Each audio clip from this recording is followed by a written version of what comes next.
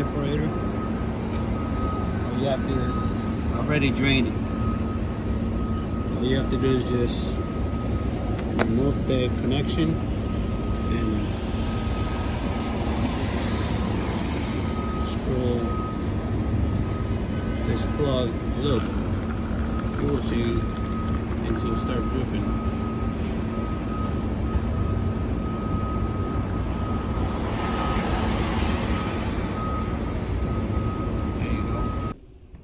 To start the machine, you gotta turn the key on. Make sure that lever is up. Hold this start push button a couple seconds.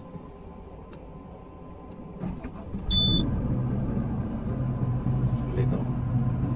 The water separator filter was drained out, so the coat went away. Now all we have is the service light on.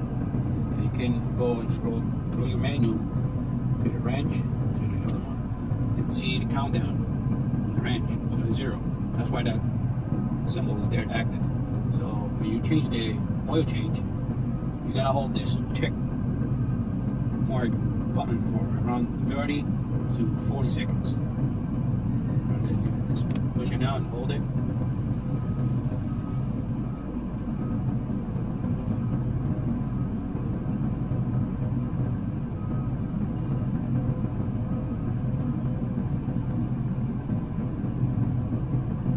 The light went away and the hours were set.